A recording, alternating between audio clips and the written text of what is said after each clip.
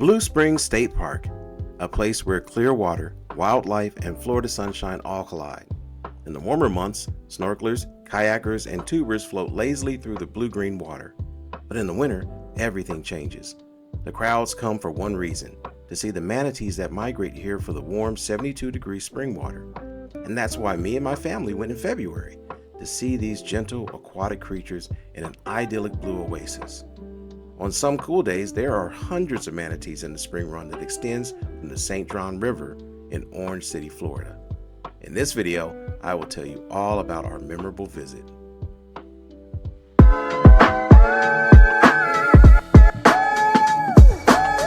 Blue Springs is an easy day trip, about 45 minutes from Orlando and just over 40 minutes from Daytona Beach.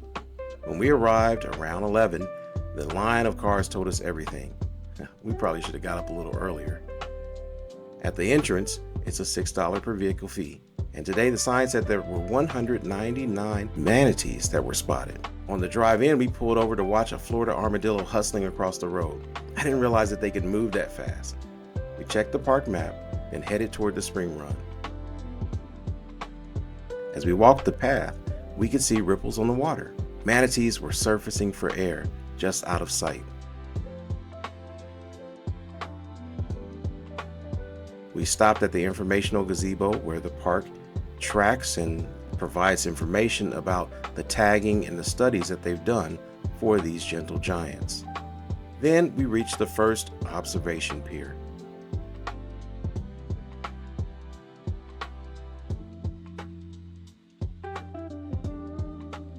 Cabbage palms and coastal willows line the water here.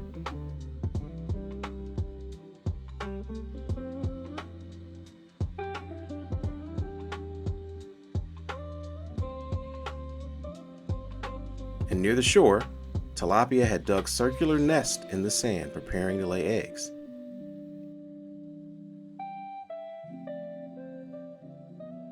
Our first manatee appeared just beneath the surface.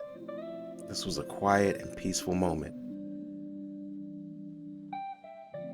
Blue Springs is a natural manatee preserve, and the manatees are free to swim back and forth between the river and the springs as they please. There was a big manatee, real big one. The Blue Spring is a first magnitude spring. This means that it pumps out more than 64 million gallons of warm 72 degrees water every day. Farther down the boardwalk, we passed the historic Thursby House. Some say it's haunted, which is exactly why we didn't go inside. We're here for manatees, gentle creatures, not evil spirits. The next pier was packed with people, so we waited our turn. And once we stepped onto the deck, we saw them. A massive group of 50 or more manatees resting together. Manatees are herbivores. They eat up to 10% of their body weight in plants every day. Now, they can hold their breath for about 20 minutes, and despite their size, they're incredibly gentle. Adult manatees are usually 10 feet long and weigh 1,200 pounds. It's easy to see why they have the nickname sea cows. Now, manatees don't form tight family units, but they do socialize and gather in warm water spots like this. The spring run is only about 1/3 of a mile long. The sign when we entered said there were 199 sighted manatees that morning. That's a lot of manatee in a small concentrated area. I think that the record back in 2024 was well over 700. One person rumored that they saw over 900 on one day that they went.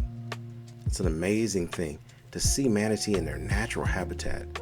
We've probably all seen them in the aquariums, in captivity, but to see them just floating around, doing whatever they feel like doing, was a wonderful thing.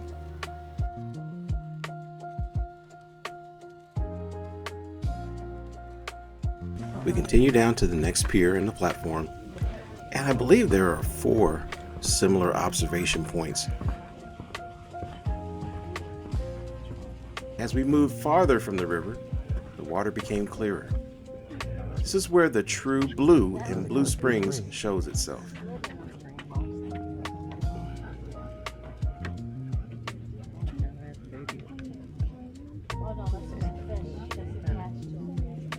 The color comes from sunlight reflecting off limestone and the purity of the water, giving it that blue-green glow.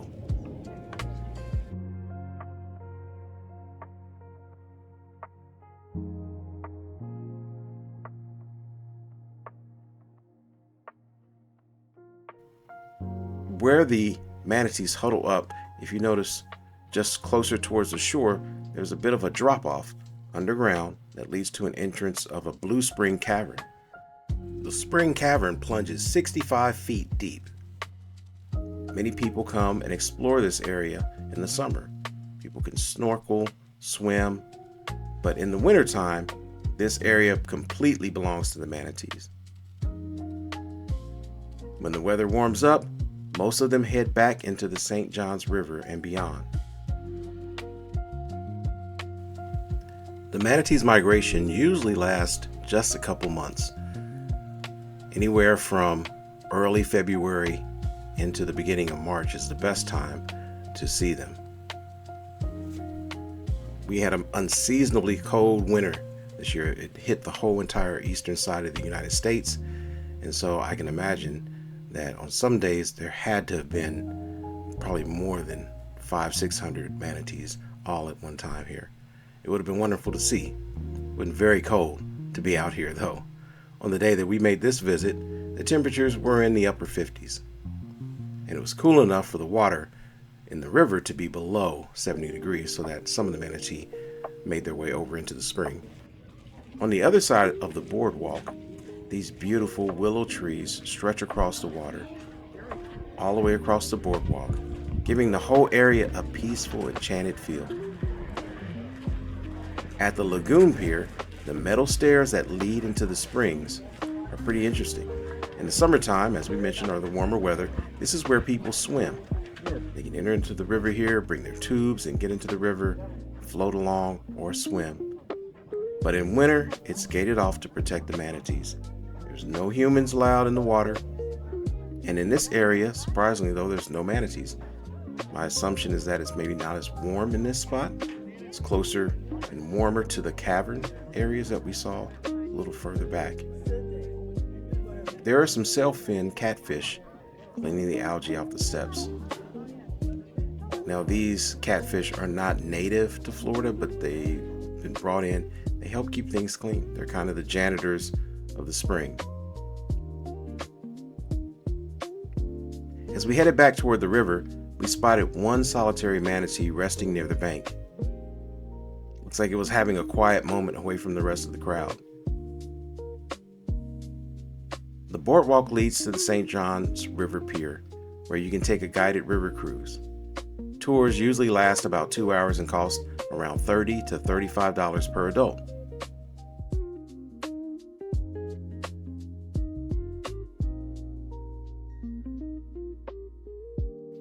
The orange barrier floats in the water keep boats out of the spring run.